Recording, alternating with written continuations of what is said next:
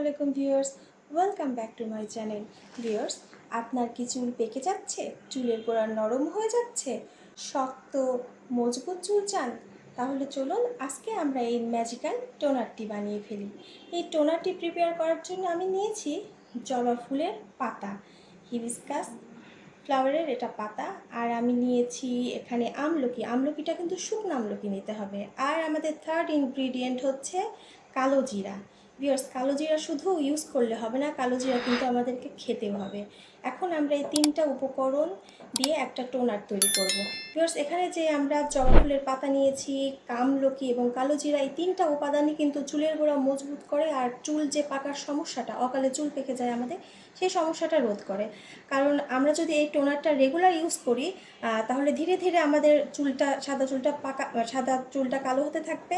আর চুলের লেন্থের উপরও খুব ভালো কাজ করে, কারণ এটা যখন আমরা লেন্থে স্প্রে করব, এই টোনারটা ইউজ করব, তখন আমাদের লেন্থটা বাড়বে, চুল ভাঙার প্রবলেমটাও সলভ হবে। তাহলে চলুন আর দেরি না করে আমরা এই সুন্দর টোনারটা প্রিপেয়ার করার নিয়মটা দেখে আসি।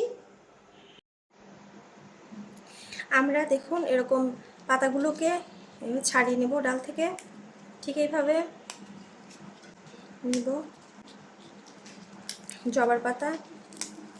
জবার পাতা এবং জবার ফুল আমাদের নতুন চুল গজাতেও সাহায্য করে। এভাবে ছিঁড়ে নিলাম। আমি এই পাতাগুলো ধুয়ে নিয়েছি আগেই। আর আমি এখানে আমলকি আর কালো জিরাটা এরকম একটা প্যানে আমরা ঢেলে দিব। দেখো, এখন ঢেলে দিচ্ছি।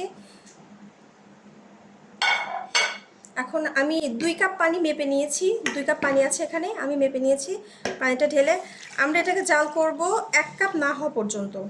এই 15 মিনিট আমরা হালকা আছে 15 থেকে 20 মিনিট করলে এটা অর্ধেক পানি হয়ে যাবে। আর তখন এই পাতা আর এই আমলকি আর কালো জিরা নির্যাসটা চলে আসবে, তখন আমাদের টোনারটা প্রিপেয়ার হয়ে যাবে।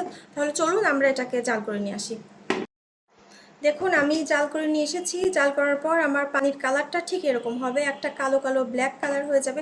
এই কালারটা কিন্তু আমাদের সাদা চুলটা আমাদের কালো করে ফেলবে ধীরে ধীরে ইউজ করলে। দেখুন, এখন আমরা এটাকে ছেঁকে নিব।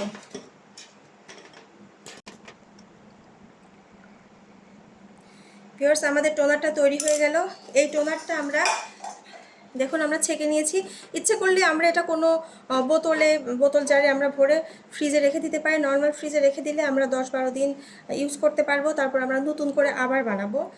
এটা খুব ভালো কাজ দেয়। তাহলে চলুন এখন আমরা এই টোনারটা আমাদের স্ক্যাল্পে অ্যাপ্লাই করে দেখাই। চলুন, এখন আমরা টোনারটা তুলার সাহায্যে এভাবে ঠিক এইভাবে সিধি করে করে আমাদের স্ক্যাল্পে অ্যাপ্লাই করব। টোনারটা ইচ্ছা করলে আমরা সিরামের বোতলে ভরে ইউজ করতে পারি, কিংবা স্প্রে বোতলে করে আমরা ইউজ করতে পারি। আমরা এই টোনারটা পুরো চুলের লেন্থেও লাগাতে পারি। আজকে আমার মেয়ে শুধুমাত্র ও স্ক্যাল্পেই লাগাচ্ছে। আর যাদের পাকা চুলের সমস্যা, তারা ওই টোনারটা নিয়মিত ব্যবহার করার মাধ্যমে তাদের পাকা চুলগুলোকে কালো করতে পারে। সাদা চুলের উপর খুব ভালো কাজ করে এই টোনারটা। আর এই টোনারটা ব্যবহার করার পর আমাকে শ্যাম্পু করতে হবে না, এমনি প্লেন ওয়াটার দিয়ে ধুয়ে ফেললে হবে।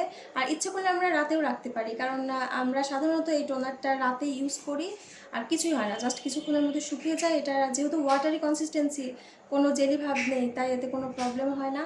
আর আপনাদের আশা করি ভালো লাগবে এই ভিডিওটি। আপনারা অবশ্যই বাড়িতে বানাবেন এবং অ্যাপ্লাই করবেন, কারণ এটা শুধুমাত্র পাকা চুলই কালো করে না, এটা কিন্তু চুলের গোড়াও মজবুত করে, মনে রাখবেন। আর নতুন চুল গজাতেও হেল্প করে। সবাই ভালো থাকবেন। ভিডিও ভালো লাগলে আমাকে অবশ্যই লাইক করবেন আর আমার চ্যানেলটিকে সাবস্ক্রাইব করবেন। সে পর্যন্ত সবাই ভালো থাকুন। আসসালামু আলাইকুম।